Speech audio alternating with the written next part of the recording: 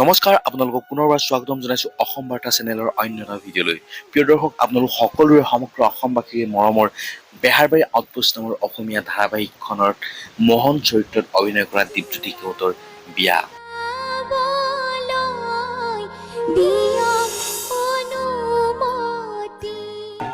Real লাইফত নহয়, real লাইফত মোহনৰ বিয়া।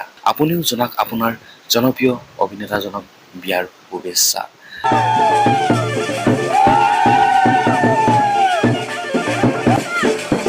নগাঁৱৰ ডিফলুৰ বিদিশা ভূঞাৰ সৈতে বিবাহপাশত আবদ্ধ হ'ব দীপজ্যোতি কেওট অৰ্থাৎ মোহন।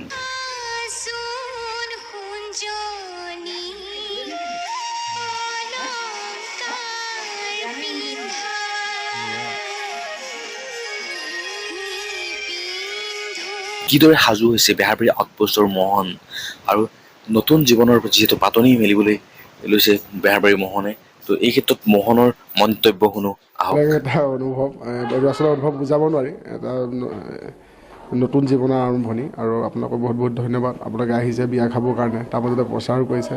এটা কাৰণে ভাল পাইছোঁ যে সমগ্ৰ অসমবাসী ৰাইজক, যিহেতু এটা অনুষ্ঠান পালে গোটেই মানুহখিনি আশীষ ল'ব পৰা যায়, কিন্তু গোটেই মানুহখিনি একেলগে লোৱাৰ মানে এটা দিগদাৰো হয়। গতিকে আপোনালোকৰ জৰিয়তে গোটেই অসমবাসী ৰাইজৰ পৰা মানে আশীষ বিচাৰিলোঁ, আৰু ভৱিষ্যত জীৱনটো যাতে সুন্দৰকৈ পাৰ হওক, গোটেই অসমবাসী ৰাইজে যাতে আশীৰ্বাদ কৰক। আৰু এই নতুন জীৱনৰ পাতনি মানে প্ৰাকখনত সকলোৱে আশীষ বিচাৰিলে কিনো ক'ম।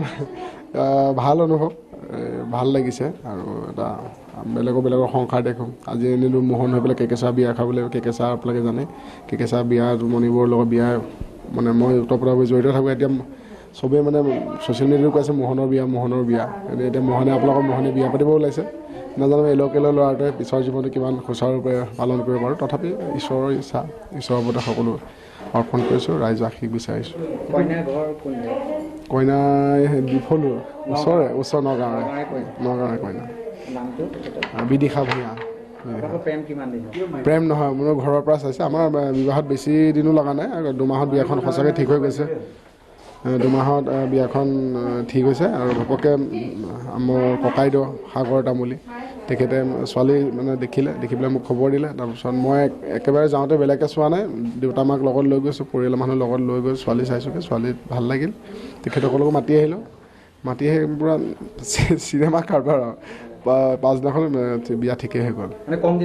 একদম 2 মাহৰ ভিতৰত বিয়া ঠিক হৈছে।